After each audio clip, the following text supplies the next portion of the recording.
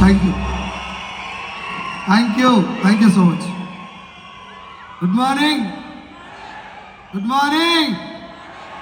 రహర Mahadev. Thank you.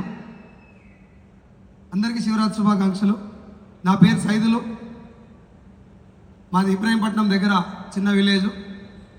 వెస్టీజ్లోకి రాకముందు నేను 2010లో degree అయిపోగొట్టి అంటే అట్లా అయిపోగొట్టి అంతే, పాస్ అయ్యి కాదు. సో ఇంటర్వ్యూకి పోతే ఒక 6 సార్లు నన్ను రిజెక్ట్ చేసి వెళ్ళగొట్టిరు. 7వసారి నేను బతిలాడితే నాకు జాబ్ వచ్చింది, మెడికల్ రిప్రజెంటేటివ్. అక్కడి నుంచి కొంచెం హార్డ్ వర్క్ చేస్తే సేల్స్ మేనేజర్గా, తెలంగాణ రీజనల్ సేల్స్ మేనేజర్ వరకు నేను అక్కడ వెళ్ళగలిగిన. 50,000 రూపీస్ నా శాలరీ. లాక్డౌన్ వచ్చినప్పుడు నా శాలరీ 50,000 నుంచి 15,000 పడిపోయినప్పుడు ఫైనాన్షియల్గా నేను ఆల్మోస్ట్ ఆన్ రోడ్ మీదకి వచ్చేసిన. ఇందాక ఎవరో సార్ చెప్తున్నట్టు నేను కూడా నా పిల్లలకు కావాల్సినటువంటి ఫుడ్ కూడా పెట్టే పొజిషన్లో లేని టైంలో ఇక్కడ నా దగ్గర నిలబడ్డటువంటి బాలం శ్రీనివాస్ సారు, నా డిగ్రీ క్లాస్మేటు, తను ఆల్రెడీ గవర్నమెంట్ జాబ్లో ఉండి నాకు ఈ బిజినెస్ పరిచయం చేయడం జరిగింది.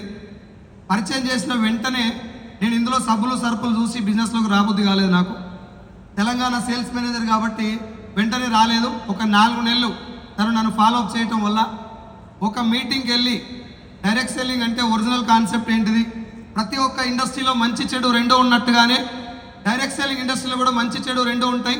అందులో మంచి కంపెనీ వెస్టీజ్ అని అర్థమైన తర్వాత ఒక 6 నెలలు పార్ట్ టైం జర్నీ చేస్తూ నేను బిజినెస్ను, ఇందులో ఉన్నటువంటి విషయాల్ని చాలా దగ్గర నేర్చుకున్నా.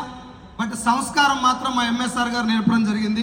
ఈ మాట ఎందుకు అంత బలంగా చెప్తున్నా అంటే, ఈ బిజినెస్లో చాలామంది ఒక స్థాయికి వచ్చిన తర్వాత ఆగిపోవడానికి, లేదంటే కొంతమందితో బిజినెస్ చేయకపోవడానికి మెయిన్ కారణం మన దగ్గర ఉన్నటువంటి కొన్ని చిన్న చిన్న లోపాలు, మాట్లాడే విధానం కావచ్చు, వేరే వాళ్ళతోటి మనం కలుపుకోవేటటువంటి పద్ధతి కావచ్చు, చాలా రకాలుగా లోపాలు ఉన్నాయి.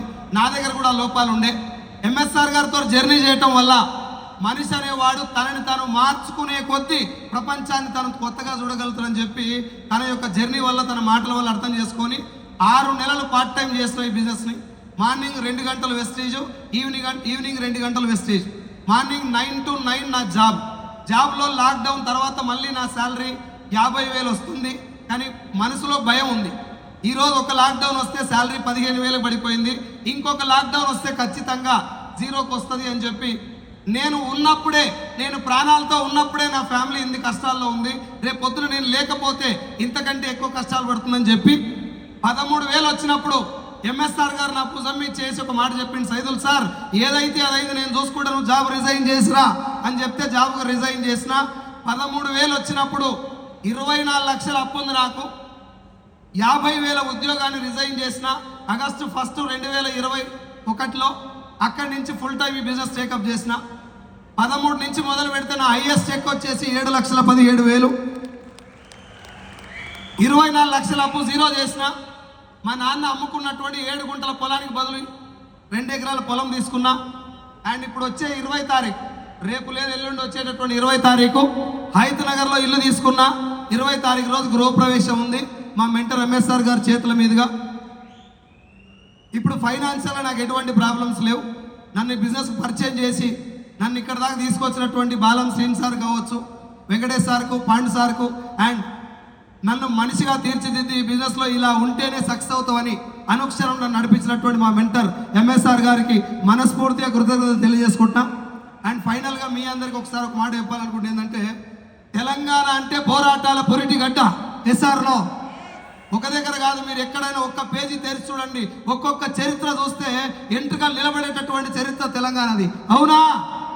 శివరాత్రి అనే మహాపర్వదినాన్ని కూడా పక్కన పెట్టి వచ్చి కూర్చున్న మీ అందరు కూడా చెప్తున్నా, మళ్ళీ వచ్చే శివరాత్రికి అకౌంట్లో ఎంత ఉండాలో రాసి పెట్టుకొని ఇక్కడి నుంచి బయలుదేరాలి. 1,00,000 రూపాయలు వచ్చిందాక మాత్రమే నీ హార్డ్ వర్క్. ఒక్కసారి 1,00,000 మీ ఇంటికి వచ్చిందంటే నీ నోట్లకి వెళ్ళి వచ్చే మాట మారుతుంది, నిన్ను పిలిచే పిలుపు మారుతుంది, నీకు ఇచ్చే ఛాయ్ కప్పు కాడికి వెళ్ళి మారుతుంది అని చెప్పి తెలియజేసుకుంటూ సెలవు తీసుకుంటున్నా. Thank you so